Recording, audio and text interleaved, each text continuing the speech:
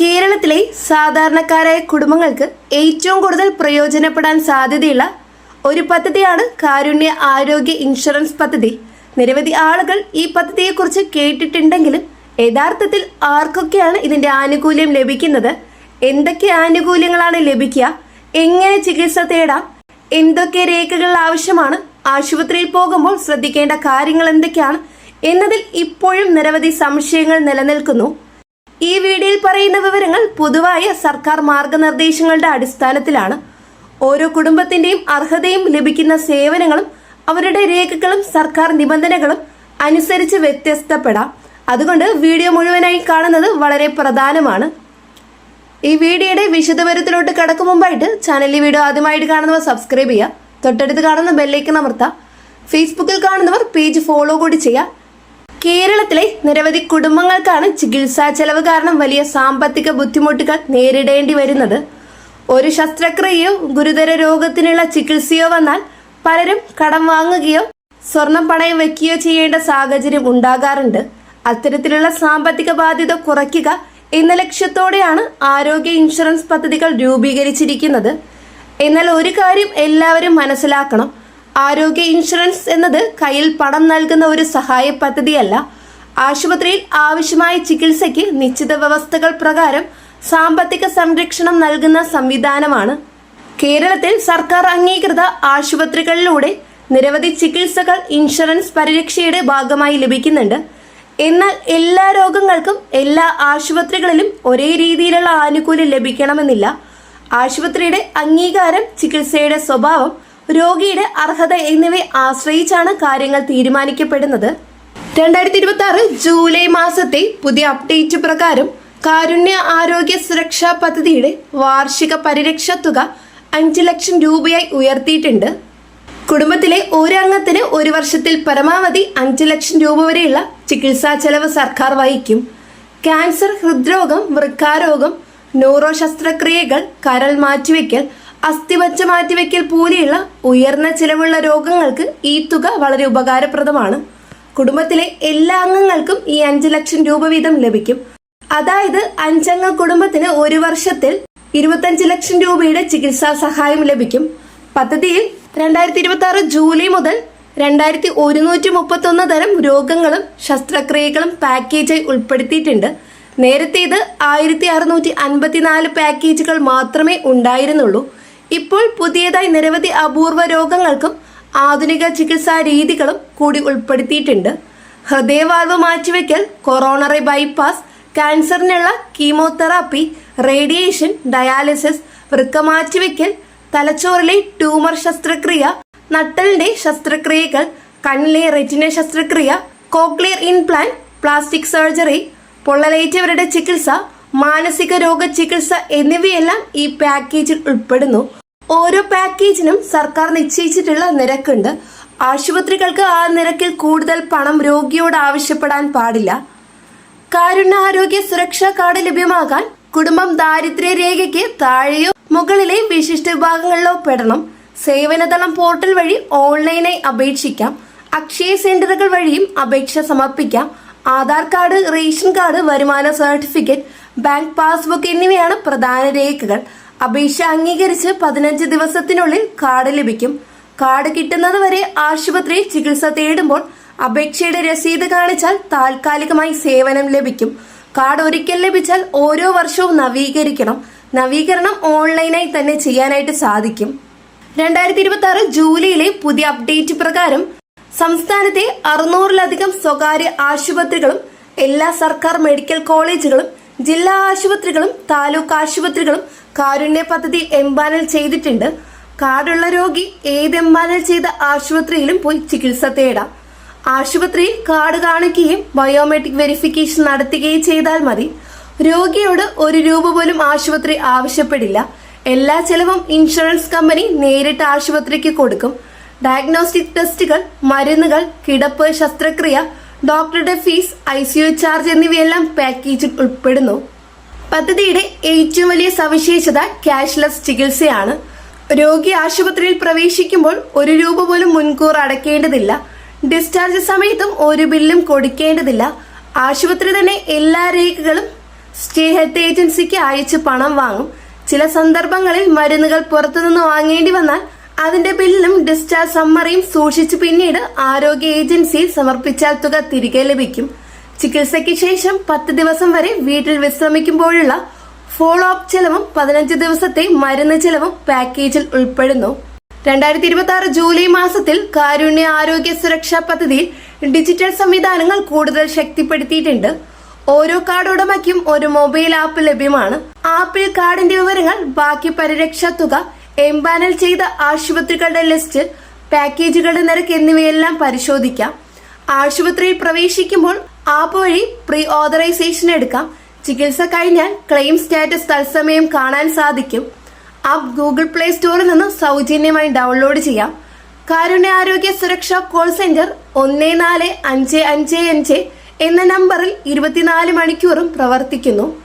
ചികിത്സാ സംബന്ധമായ എല്ലാ സംശയങ്ങളും ഈ നമ്പറിൽ ചോദിച്ചറിയാം. ഈ പദ്ധതിയിൽ കാത്തിരിപ്പ് കാലയളവെന്നത് വളരെ കുറവാണ്. കാർഡ് ലഭിച്ച ഉടൻ തന്നെ പല രോഗങ്ങൾക്കും ചികിത്സ തേടാം. ക്യാൻസർ, ഹൃദ്രോഗം, വൃക്കാരോഗം, അപകടം പോലുള്ള അടിയന്തര രോഗങ്ങൾക്ക് കാത്തിരിപ്പ് കാലയളവില്ല. സാധാരണ ശസ്ത്രക്രിയകൾക്ക് 30 ദിവസത്തെ കാത്തിരിപ്പ് മാത്രമേ ഉള്ളൂ. മുൻകൂർ നിലവിലുള്ള രോഗങ്ങൾക്കും പരിരക്ഷയുണ്ട്. പദ്ധതിയിൽ ചേരുന്നതിന് മുമ്പ് ഉണ്ടായിരുന്ന പ്രമേഹം, രക്തസമ്മർദ്ദം, ആസ്മ പോലുള്ള രോഗങ്ങളുടെ ചികിത്സയും പാക്കേജിൽ ഉൾപ്പെടുന്നു. അതിനാൽ ആർക്കും ഈ പദ്ധതിയിൽ നിന്ന് പിന്തിരിയേണ്ടതില്ല. 2026 ജൂലൈയിലെ പുതിയ മാർഗനിർദ്ദേശ പ്രകാരം കാരുണ്യ കാർഡ് ഉടമകൾക്ക് സംസ്ഥാനത്തിന് പുറത്തും ചികിത്സ തേടാം.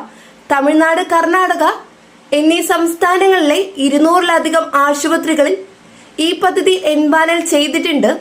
സംസ്ഥാനത്തിന് പുറത്തുപോയി ചികിത്സിക്കുമ്പോഴും ക്യാഷ്ലെസ് സൗകര്യം ലഭിക്കും. അതിന് മുൻകൂട്ടി സ്റ്റേറ്റ് ഹെൽത്ത് ഏജൻസിയുടെ അനുമതി വാങ്ങണം. യാത്രാ ചെലവ്, താമസ ചെലവ് എന്നിവയ്ക്ക് അധിക സഹായം ലഭിക്കില്ലെങ്കിലും ചികിത്സാ ചെലവ് മുഴുവൻ സർക്കാർ വഹിക്കും. കുടിയേറ്റ തൊഴിലാളികൾക്കും മറ്റ് സംസ്ഥാനങ്ങളിൽ പഠിക്കുന്ന വിദ്യാർത്ഥികൾക്കും ഇത് വലിയ ആശ്വാസമാണ്. കാരുണ്യ ആരോഗ്യ സുരക്ഷാ പദ്ധതിയുടെ ഫണ്ടിംഗ് കേന്ദ്ര സംസ്ഥാന സർക്കാരുകൾ സംയുക്തമായാണ് നടത്തുന്നത്. കേന്ദ്ര സർക്കാർ 60%, കേരള സർക്കാർ 40%ആണ് ഫണ്ട് നൽകുക. കേന്ദ്രത്തിന്റെ ആയുഷ്മാൻ ഭാരത് പദ്ധതിയും കേരളത്തിന്റെ കാരുണ്യ പദ്ധതിയും സംയോജിപ്പിച്ചാണ് ഈ പദ്ധതി പ്രവർത്തിക്കുന്നത്. അതിനാൽ ഇതിന് ആയുഷ്മാൻ ഭാരത് കാരുണ്യ ആരോഗ്യ സുരക്ഷാ പദ്ധതി എന്ന് പേരുണ്ട്. കേന്ദ്രവിഹിതം കിട്ടാത്ത കുടുംബങ്ങൾക്ക് സംസ്ഥാനം മുഴുവൻ ചെലവും വഹിക്കുന്നു. അതിനാൽ കേരളത്തിലെ ആർക്കും ചികിത്സ നിഷേധിക്കപ്പെടുന്നില്ല. പദ്ധതിയിൽ നിന്ന് പരമാവധി പ്രയോജനം നേടാൻ ചില കാര്യങ്ങൾ ശ്രദ്ധിക്കണം. കേരളത്തിൽ സർക്കാർ അംഗീകൃത ആശുപത്രികളിലൂടെ നിരവധി ചികിത്സകൾ ഇൻഷുറൻസ് പരിരക്ഷയുടെ ഭാഗമായി ലഭിക്കുന്നുണ്ട്. എന്നാൽ എല്ലാ രോഗങ്ങൾക്കും എല്ലാ ആശുപത്രികളിലും ഒരേ രീതിയിലുള്ള ആനുകൂല്യം ലഭിക്കണമെന്നില്ല. ആശുപത്രിയുടെ അംഗീകാരം, ചികിത്സയുടെ സ്വഭാവം, രോഗിയുടെ അർഹത എന്നിവയെ ആശ്രയിച്ചാണ് കാര്യങ്ങൾ തീരുമാനിക്കപ്പെടുന്നത്. ആശുപത്രിയിൽ പ്രവേശിപ്പിച്ച ശേഷമാണ് ഇൻഷുറൻസ് ഉണ്ടോ എന്ന് അന്വേഷിക്കുന്നത്. എന്നാൽ ചികിത്സയ്ക്ക് മുമ്പ് തന്നെ ആശുപത്രിയിലെ ഹെൽപ്പ് ഡെസ്കിൽ ബന്ധപ്പെട്ട വിവരങ്ങൾ പരിശോധിച്ചാൽ പിന്നീടുണ്ടാകാവുന്ന ബുദ്ധിമുട്ടുകൾ ഒഴിവാക്കാൻ സഹായിക്കും. കുടുംബം സാമ്പത്തികമായി പിന്നോക്കാവസ്ഥയിലാണെങ്കിൽ ചികിത്സയുടെ ചെലവ് വലിയ ആശങ്കയായി മാറും. അത്തരം സാഹചര്യങ്ങളിൽ അർഹതയുള്ളവർക്ക് സർക്കാർ ആരോഗ്യ ഇൻഷുറൻസ് വലിയ ആശ്വാസമാകാൻ കഴിയും. എന്നാൽ എല്ലാ നടപടിക്രമങ്ങളും കൃത്യമായി പാലിക്കേണ്ടതുണ്ട്. ഇനി നിങ്ങൾ വീട്ടിൽ സൂക്ഷിക്കേണ്ട രേഖകളെ കുറിച്ച് പറയാം. ആധാർ, റേഷൻ കാർഡ്, ആവശ്യമായ തിരിച്ചറിയൽ രേഖകൾ എന്നിവ പുതുക്കിയ നിലയിൽ സൂക്ഷിക്കുന്നത് പലപ്പോഴും സഹായകരമാണ്. ആശുപത്രി ആവശ്യമായ രേഖകൾ ചോദിക്കുമ്പോൾ വൈകാതെ നൽകാൻ കഴിയണം. ചിലർ കരുതുന്നത് ഒരു പ്രാവശ്യം രജിസ്റ്റർ ചെയ്താൽ ജീവിതകാലം മുഴുവൻ ഒന്നും ചെയ്യേണ്ടതില്ല എന്നാണ്. എന്നാൽ സർക്കാർ മാർഗനിർദ്ദേശങ്ങളിൽ മാറ്റങ്ങൾ വരാം. അതിനാൽ ഔദ്യോഗിക അറിയിപ്പുകൾ ശ്രദ്ധിക്കുന്നത് നല്ലതാണ്. തെറ്റായ സോഷ്യൽ മീഡിയ സന്ദേശങ്ങൾ വിശ്വസിക്കുന്നതിന് പകരം ഔദ്യോഗിക വിവരങ്ങൾ പരിശോധിക്കുന്ന ശീലം വളർത്തണം. ഇപ്പോൾ മറ്റൊരു പ്രധാന സംശയം, സ്വകാര്യ ആശുപത്രിയിൽ ചികിത്സ ലഭിക്കുമോ? ഇതിന്റെ ഉത്തരം ആശുപത്രിയുടെ അംഗീകാരവും ലഭ്യമായ സേവനങ്ങളും ആശ്രയിച്ചായിരിക്കും. എല്ലാ സ്വകാര്യ ആശുപത്രികളും ഒരുപോലെ ഈ പദ്ധതി ഉൾപ്പെട്ടിരിക്കണമെന്നില്ല. അതിനാൽ ചികിത്സയ്ക്ക് മുമ്പ് ആശുപത്രിയിൽ നേരിട്ട് അന്വേഷിക്കുന്നത് ഏറ്റവും നല്ല മാർഗമാണ്. കുടുംബത്തിലെ മുതിർന്നവർക്കും പ്രായമായ മാതാപിതാക്കൾക്കും ദീർഘകാല രോഗമുള്ളവർക്കും ഈ വിവരങ്ങൾ അറിയുന്നത് വളരെ പ്രധാനമാണ്. പലപ്പോഴും വിവരങ്ങളുടെ അഭാവം കൊണ്ടാണ് ആളുകൾക്ക് ലഭിക്കേണ്ട ആനുകൂല്യങ്ങൾ പോലും നഷ്ടമാകുന്നത്. ഇനി പലരും ചോദിക്കുന്ന ഒരു ചോദ്യമാണ്, എനിക്ക് റേഷൻ കാർഡ് ഉണ്ടെങ്കിൽ മാത്രം മതിയോ എന്നാണ്. യഥാർത്ഥത്തിൽ ഈ രേഖ മാത്രം നോക്കി തീരുമാനമെടുക്കുന്ന രീതിയല്ല സാധാരണ ഈ സർക്കാർ പദ്ധതികളുള്ളത്. കുടുംബത്തിന്റെ വിവരങ്ങൾ, സർക്കാർ ഡേറ്റാബേസിലുള്ള രേഖകൾ, അർഹതാ മാനദണ്ഡങ്ങൾ, മറ്റ് നിബന്ധനകൾ എന്നിവയെ അടിസ്ഥാനമാക്കിയാണ് യോഗ്യത പരിശോധിക്കപ്പെടുന്നത്. അതിനാൽ ആരെങ്കിലും പറഞ്ഞത് കേട്ട് മാത്രം തീരുമാനമെടുക്കാതെ ഔദ്യോഗിക വിവരങ്ങൾ പരിശോധിക്കുന്നത് നല്ലതാണ്. ഇപ്പോൾ മറ്റൊരു പ്രധാന സംശയം, എല്ലാ ചികിത്സകൾക്കും ഇൻഷുറൻസിന്റെ പരിധിയിൽ വരുമോ? അതിനുത്തരം ഇല്ല എന്നാണ്. പദ്ധതി ഉൾപ്പെടുത്തിയിരിക്കുന്ന ചികിത്സകളും നടപടിക്രമങ്ങളുമാണ് പൊതുവെ പരിഗണിക്കുന്നത്. അതിനാൽ ഏത് രോഗത്തിനും ഏത് ചികിത്സയ്ക്കും ഒരേ രീതിയിൽ ആനുകൂല്യം ലഭിക്കുമെന്ന് കരുതരുത്. ചികിത്സ ആരംഭിക്കുന്നതിന് മുമ്പ് ആശുപത്രിയിൽ നിന്ന് വ്യക്തമായ വിവരങ്ങൾ വാങ്ങുന്നത് വളരെ പ്രധാനമാണ്.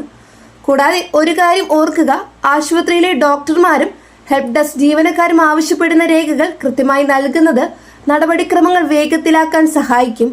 തെറ്റായ വിവരങ്ങൾ നൽകുകയോ രേഖകൾ മറയ്ക്കുകയോ ചെയ്യുന്നത് പിന്നീട് പ്രശ്നങ്ങൾ സൃഷ്ടിച്ചേക്കാം. ഇപ്പോൾ കുടുംബങ്ങൾ സാധാരണയായി ചെയ്യുന്ന ചില തെറ്റുകൾ നോക്കാം. പലരും ആശുപത്രി മാറ്റുമ്പോൾ പഴയ ചികിത്സാ രേഖകൾ കൊണ്ടുപോകാറില്ല.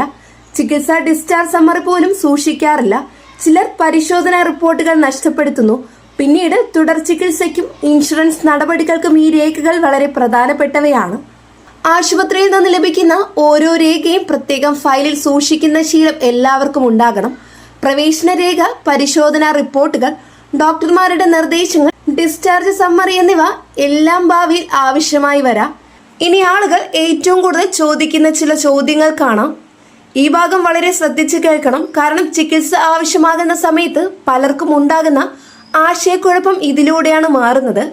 ആദ്യത്തെ ചോദ്യം ഇതാണ്, സർക്കാർ ആശുപത്രിയാണോ നല്ലത് അതോ സ്വകാര്യ ആശുപത്രിയാണോ? ഇതിന് ഒരൊറ്റ ഉത്തരമില്ല. കാരണം രോഗത്തിന്റെ സ്വഭാവം, ചികിത്സയുടെ അടിയന്തരത, ആശുപത്രിയിലെ സൗകര്യങ്ങൾ, ഡോക്ടർമാരുടെ നിർദ്ദേശം എന്നിവയെ ആശ്രയിച്ചാണ് തീരുമാനമെടുക്കേണ്ടത്. സർക്കാർ ആശുപത്രികളിൽ നിരവധി വിദഗ്ധ ചികിത്സകളും മികച്ച ഡോക്ടർമാരും ആധുനിക സൗകര്യങ്ങളും ലഭ്യമാണ്. അതേസമയം പദ്ധതിയിൽ ഉൾപ്പെട്ടിട്ടുള്ള ചില സ്വകാര്യ ആശുപത്രികളിലും അംഗീകൃത ചികിത്സകൾ ലഭ്യമായേക്കാം. അതിനാൽ സർക്കാർ ആശുപത്രിയാണെങ്കിൽ മാത്രം നല്ലതല്ലെങ്കിൽ സ്വകാര്യ ആശുപത്രിയാണെങ്കിൽ മാത്രം നല്ലതെന്ന രീതിയിൽ ചിന്തിക്കുന്നത് ശരിയല്ല. പ്രധാനമായും ചികിത്സ ആവശ്യമായ രോഗത്തിന് അനുയോജ്യമായ അംഗീകൃത ആശുപത്രി തിരഞ്ഞെടുക്കുകയാണ് വേണ്ടത്. അടുത്തതായി പലരും ചോദിക്കുന്നത്, എനിക്കിഷ്ടമുള്ള ഏത് ആശുപത്രിയിലും പോയാൽ ഇൻഷുറൻസ് ലഭിക്കുമോ എന്നതാണ്. അതിനുത്തരം നിർബന്ധമായും ആശുപത്രി ബന്ധപ്പെട്ട സർക്കാർ ആരോഗ്യ ഇൻഷുറൻസ് പദ്ധതിയിൽ ഉൾപ്പെട്ടിട്ടുണ്ടോ എന്ന് ആദ്യം ഉറപ്പാക്കണം. എല്ലാ ആശുപത്രികളിലും എല്ലാ പദ്ധതികളും ഉൾപ്പെട്ടിരിക്കണമെന്നില്ല. അതിനാൽ ആശുപത്രിയിൽ എത്തുന്ന ഉടൻ തന്നെ ഹെൽപ്പ് ഡെസ്കിൽ അന്വേഷിച്ച് ആവശ്യമായ ചികിത്സയ്ക്ക് ഇൻഷുറൻസ് പരിരക്ഷ ലഭ്യമാണോ എന്ന് ചോദിച്ചറിയണം.